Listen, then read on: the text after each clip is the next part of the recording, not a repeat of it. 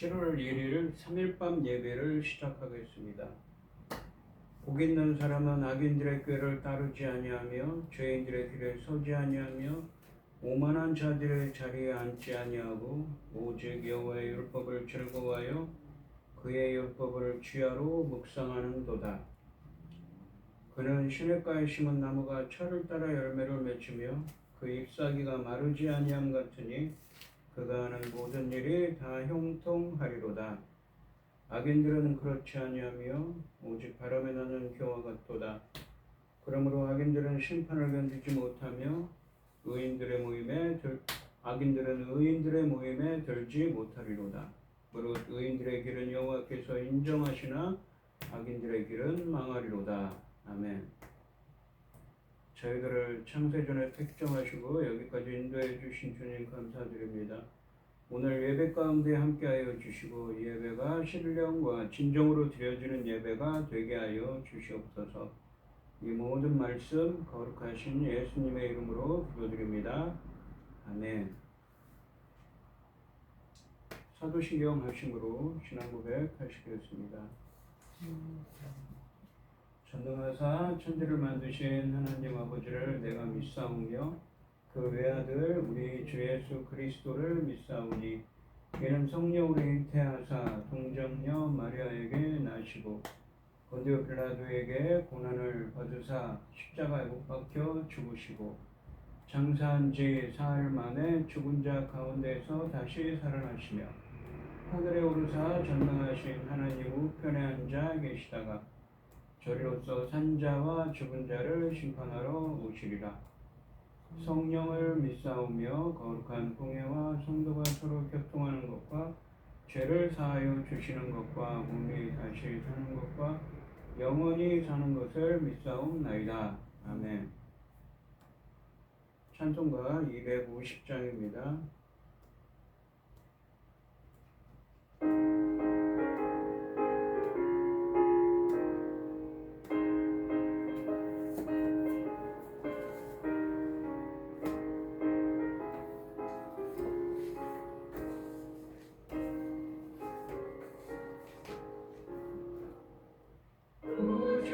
십자가 보혈로 제 씻음 걷기를 원하니 내 죄를 씻으신 그 이름 찬송합시다.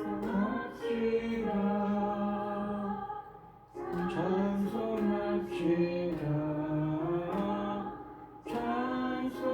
찬송합시다.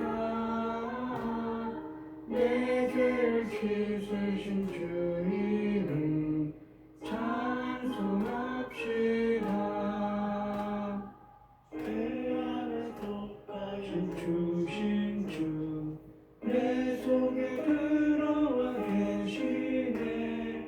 십자가 앞에서 주 이름 찬송합시다. 찬송합시다.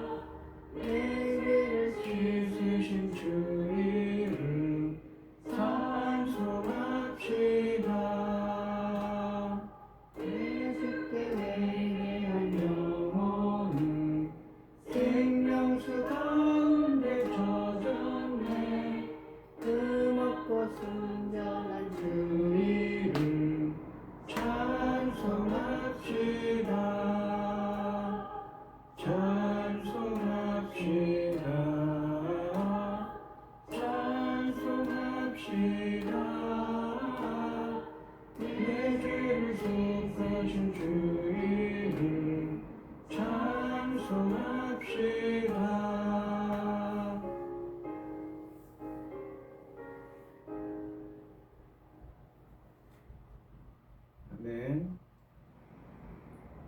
오늘 함께 하실 하나님의 말씀은 예레미야서 7장 8절로 15절까지 말씀입니다. 예레미야서 7장 8절로 15절까지 말씀입니다. 교독을 하겠습니다. 제가 먼저 읽겠습니다. 보라, 너희가 무익한 거짓말을 의존하는도다.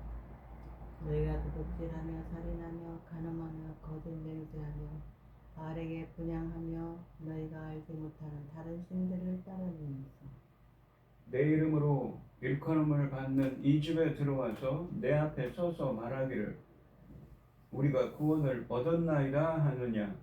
이는 이 모든 가증한 일을 행하려 함이로다. 내 이름으로 일컬음을 받는 이 집이 너희 눈에는 도둑의 소굴로 보이느냐.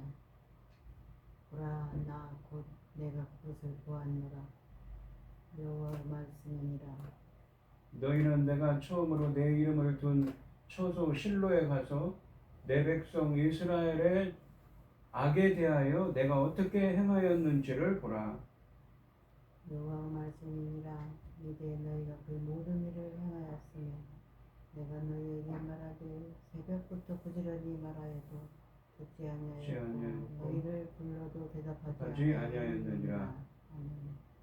그러므로 내가 실로에 행함같이 너희가 신뢰하는 바 내 이름으로 일컬음을 받는 이 집 곧 너희와 너희 조상들에게 준 이곳에 행하겠고 내가 너희 모든 형제 곧 에브라임 온 자손을 쫓아낸 것 같이 내 앞에서 너희를 쫓아내리라 하겠다 할지니라. 아멘. 기도하겠습니다. 여호와는 긍휼이 많으시고 은혜로우시며 노하기를 더디하시고 인자하심이 풍부하시도다. 자주 경책하지 아니하시며 노를 영원히 품지 아니하시리로다. 우리의 죄를 따라 우리를 처벌하지는 아니하시며 우리의 죄악을 따라 우리에게 그대로 갚지는 아니하셨으니 이는 하늘이 땅에서 높음같이 그의 경외하는 자에게 그 인자하심이 크심이로다. 아멘. 천지 만물을 지으신 전능하신 하나님 아버지, 어리석고 보잘것없는 저희를 자녀 삼으시고 아버지의 그 크신 사랑 가운데 살아가게 하심을 참으로 감사드립니다. 아멘. 전능하신 하나님 아버지, 세상을 돌아볼 때에 어떻습니까? 아버지는 이곳저곳에 전쟁을 하는 자들, 전쟁을 준비하는 자들 아버지가 많습니다. 아버지는 우리나라 대한민국을 기억하여 주시고 이 전쟁이 연루되지 않도록 철저히 지켜 주시옵소서, 막아 주시옵소서. 아버지 하나님, 크고 작은 재난들이 이곳저곳에서 일어나고 있습니다. 아버지 하나님, 저희 나라 대한민국을 기억하여 주시어서 믿음의 선진들이 눈물로 기도했던 것처럼 저희 나라 특별히 지켜주시고 우리 하나님 살아계신 놀라운 역사가 일어날 수 있도록 도와주시옵소서. 지금은 중대한 시대입니다. 열매구들 중대한 시대에 아버지 사랑하는 종 말씀을 들고 다니셔 오셨으니 이 말씀을 아버지께서 기뻐 받으시 열매들이 넉넉히 나올 수 있기를 간절히 소원하옵고 이 모든 말씀 억만 죄악 가운데에서 우리를 구원하여 주신 예수 그리스도 이름으로 기도드려옵나이다. 아멘. 아멘. 오늘 본문 말씀의 제목은 도둑의 소굴입니다.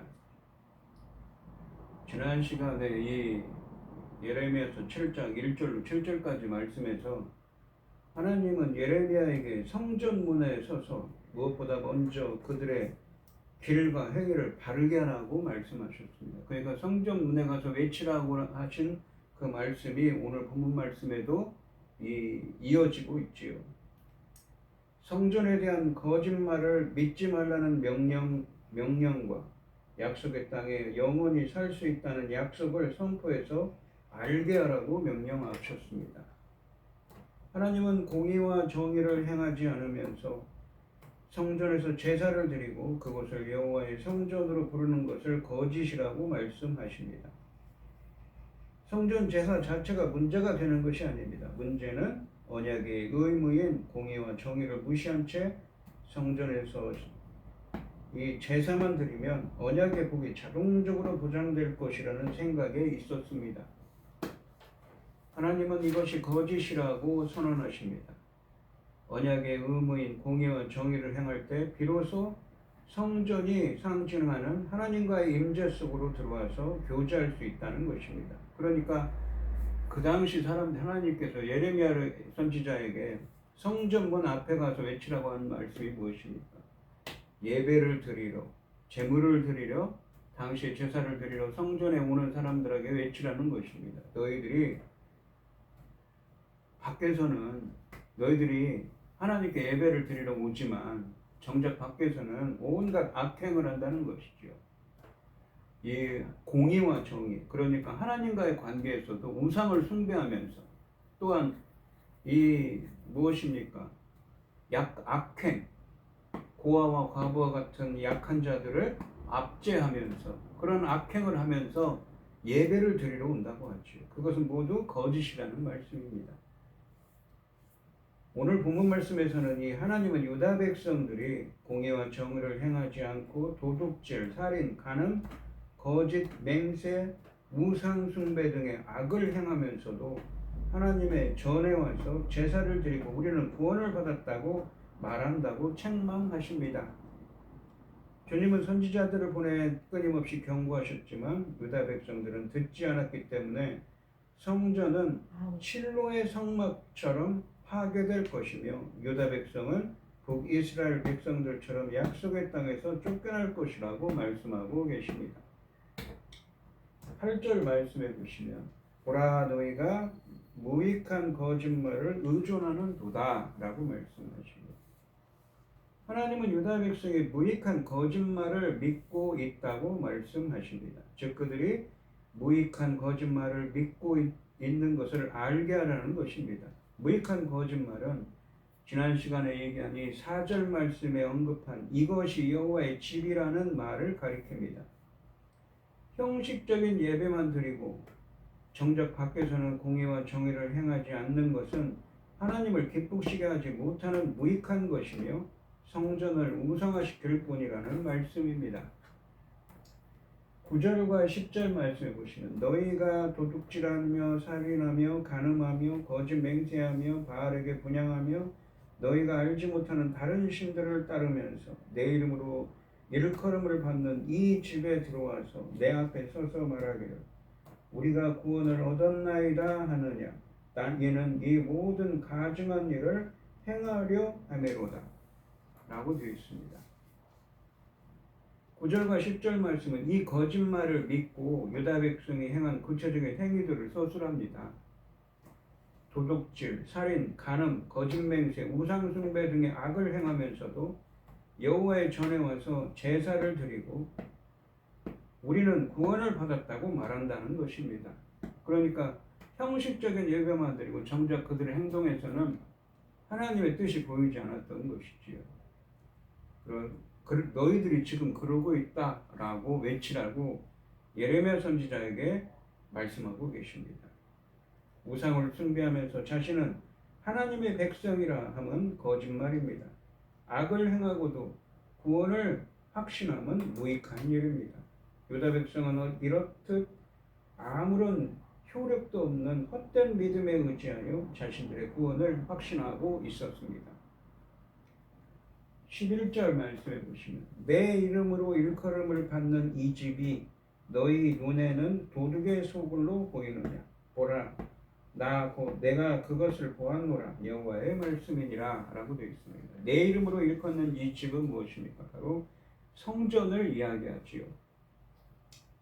하나님은 그의 이름을 두신 성전에 그들의 눈에는 도둑의 소굴로 밖에 보이지 않느냐고 따져 물으시고는 하나님이 친히 보고 있다고 엄중히 말씀하고 계십니다. 11절 하반절에 보라 나 곧 내가 그것을 보았노라 여호와의 말씀이니라 라는 말씀은 이제 곧 재앙이 닥칠 것임을 예고하시는 것입니다. 단순히 성전에서 행하는 종교 행위로 온갖 가증한 행위가 초래하는 심판을 피할 수 없다는 말씀입니다. 악한 길과 행위를 바르게 하라는 명령이 있었지만 성전에 대한 무익한 거짓말을 믿고 온갖 가증한 일을 멈추지 않고 있었습니다. 이것이 심판의 첫 번째 원인인 것입니다.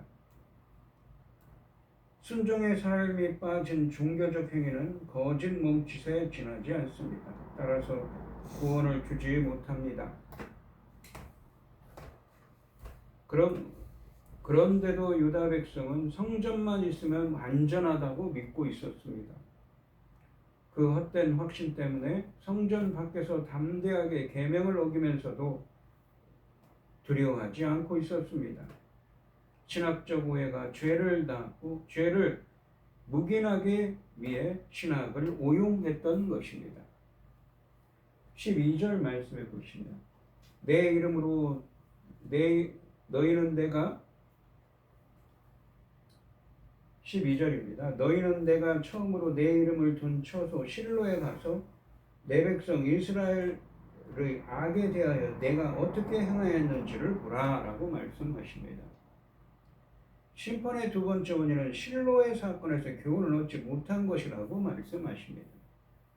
하나님은 이전에 그의 이름을 두었던 그의 처소 실로에서 이스라엘이 행한 악행으로 인해 이스라엘을 심판하셨고 실로를 파괴하셨습니다. 실로라는 곳은 이스라엘 누구입니까? 다윗이 성전을 짓기 전에 하나님의 법궤가 있었던 성막이 있었던 곳입니다.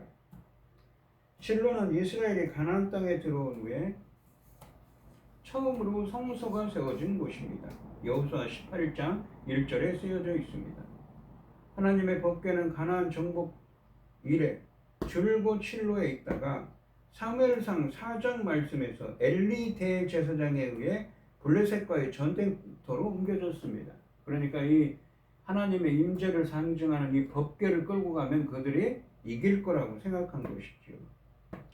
사무엘상 4장 11절에 보시면 그러나 이스라엘 백성의 이 범죄로 인하여 법궤는 블레셋인에게 빼앗기고 실로의 성막은 폐허가 되고 이스라엘 군대는 그 군대 전쟁에서 패하게 되는 것이지요.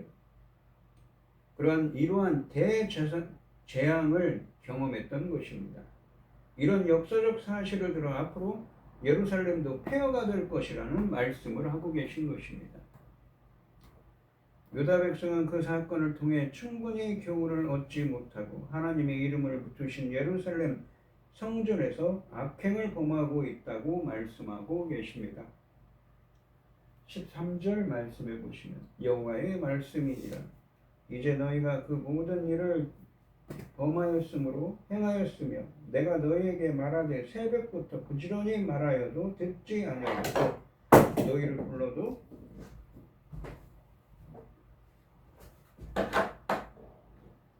불러도 대답하지 아니하였느니라 라고 되어 있습니다.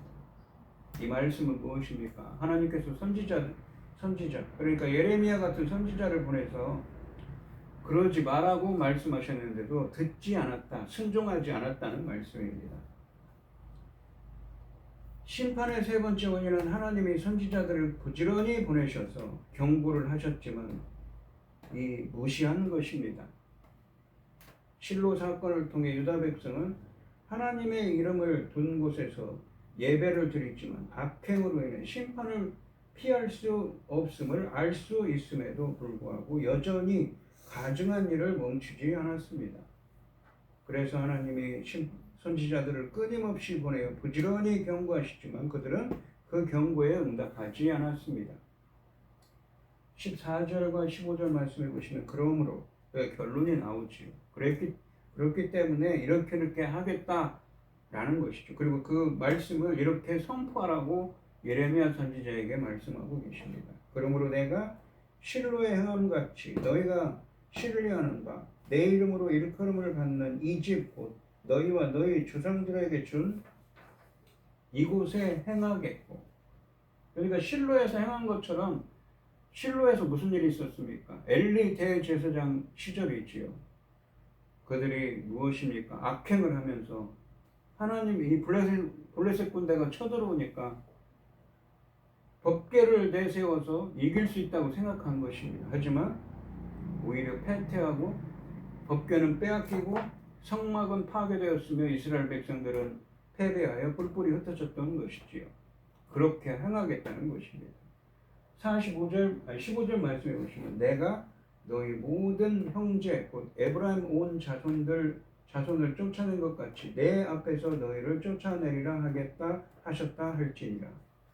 에브라임 온 자손이 누구입니까? 곧 에브라임 지파는 북이스라엘을 대표하는 지파입니다. 그래서 유다가 남유다를 대표한다면 에브라임은 북이스라엘을 의미하는 단어입니다. 여기 본문에서 그러므로라는 표현은 앞에서 지적한 세 가지 문제로 인해 하나님의 심판이 선언됨을 의미합니다. 하나님이 선언하시는 심판은 두 가지입니다. 첫째는 14절 말씀에 나오는데 실로가 파괴된 것처럼 유다 백성이 믿고 있는 예루살렘 성전이 파괴될 것이라는 말씀입니다. 성전은 더 이상 그들에게 안전을 보장해 주지 않는다는 말씀입니다. 둘째는 15절 말씀에 에브라임 온 자손, 그러니까 북이스라엘 백성들이 주전 722년에 아수르에 멸망했는데 그들처럼 이 쫓겨나서 유다 백성이 약속의 땅에서 쫓겨나게 될 것이라고 말씀하십니다. 그래서 어떻게 됐습니까? 바벨론의 포로로 끌려갔지요. 유다 백성들이 만약 예루살렘 성과 성전 그 자체가 자신들의 안전을 보장해주는 부적과 같은 것으로 여기고 산다면 여지없이 예루살렘도 실로처럼 변해버릴 것이라고 경고하고 계십니다. 예레미야는 성전에 들어오는 유다 백성에게 그들의 문제와 그에 따른 하나님의 심판을 하나님의 대언자로 선포하라고 말씀하고 계십니다. 오늘 본문 말씀해 보시는 하나님은 유다 백성들이 공의와 정의를 행하지 않고 도둑질, 살인, 간음, 거짓맹세, 우상숭배 등의 악을 행하면서도 하나님의 전에 와서 제사를 드리고 우리는 구원을 얻었다고 말한다고 책망하고 계십니다.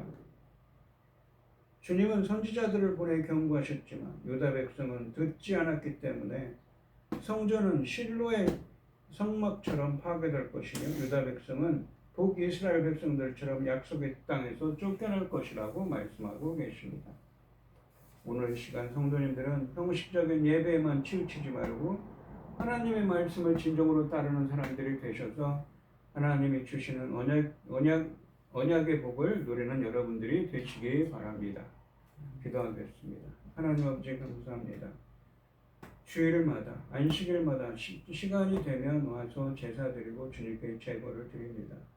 하지만 당시 유다 백성들은 밖에서 온갖 악행과 우상 숭배로 하나님을 진노하게 하셨습니다. 그래서 하나님께서는 거짓이라고 말씀하시고 도둑의 소굴을 만들고 있다고 책망하고 계십니다. 그러면서 하나님께서는 심판의 말씀을 주십니다. 너희들이 북이스라엘 백성들처럼 쫓겨날 것이며 이 성전은 실로에 있던 성막이 당시 사람들의 악행 때문에 파괴된 것처럼 이 예루살렘 성전이 파괴될 것이라고 말씀하고 계십니다. 저희들은 형식적인 예배만 드리는 것이 아니라 진정으로 하나님의 말씀을 따르는 믿음의 사람들이 되게 하여 주시옵소서. 이 모든 말씀 거룩하신 예수님의 이름으로 기도드리옵나이다. 아멘. 찬송가 449장입니다.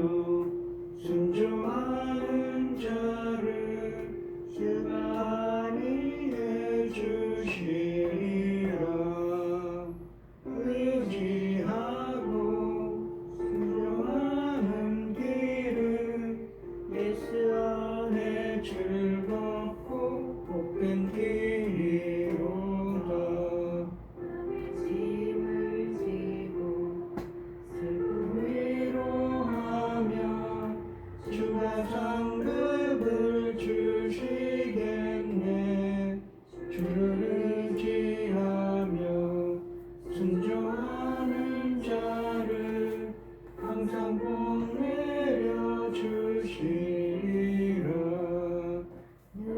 의지하고 순종하는 길에 예수 안에 즐겁고 복된 길이로다.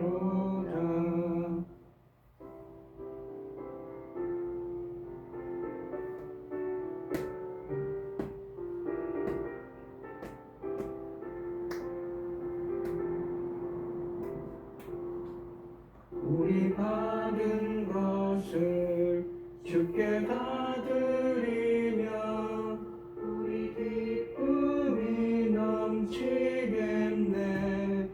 주를 의지하며 순종하는 자를 주여 섬게 하시리라.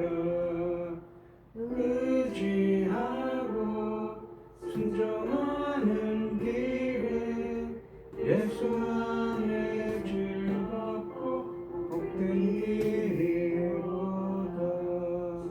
우리 와서 말씀 잘 배우고 주를 모시고 살아가세.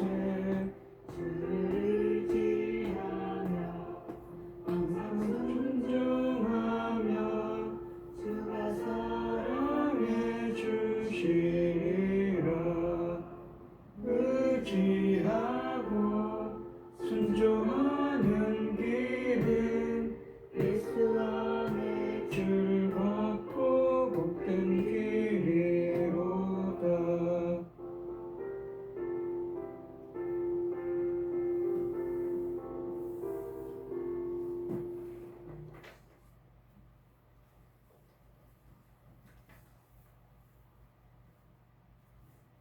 축도하심으로 오늘 예배를 마치겠습니다. 이제는 주 예수 그리스도의 은혜와 아버지 하나님의 극진하신 사랑과 성령의 교통하심이 성도들 머리머리 위에 이제로부터 영원히 함께 있을지어다. 아멘.